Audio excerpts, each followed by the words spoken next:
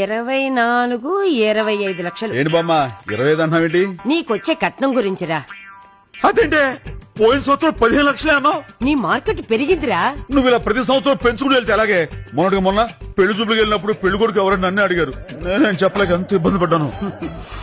నీకేంట్రా నవ మన్మధుడివి. బామ్మ కట్నం తీసుకోవడం తప్పే, నా మాట చూడు, నువ్వు ఆదర్శమనే ఎఫెక్ట్ కోసం కట్నం వద్దన్నావనుకో, నీలో డిఫెక్ట్ ఉందనుకుంటారా.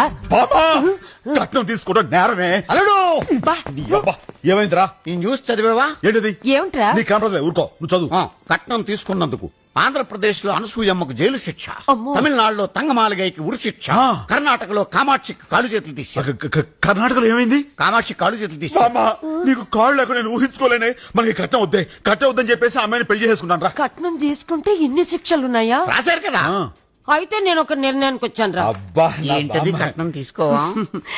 కాంప్రమైజ్ అయ్యే సమస్య లేదురా. లక్షలు నాకు, శిక్షలు నీకు. ఆరిచ్చావంటే 5 పెంచుతా.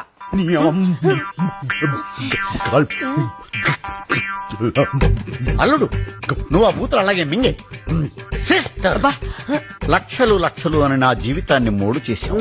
అల్లుడి జీవితాన్ని అలా చేయొద్దని అభ్యర్థిస్తున్నా. ఏముంటా తప్పంతా నాదే అయినట్టు మాట్లాడతారు. అయితే ఈ పెళ్లి చూపులు క్యాన్సల్. కళ్ళద్దాలు, ఆ వాచ్ చైన్ అన్ని తీసేసి లుంగి కట్టుకుని లోపలికి వెళ్ళి తొంగపో.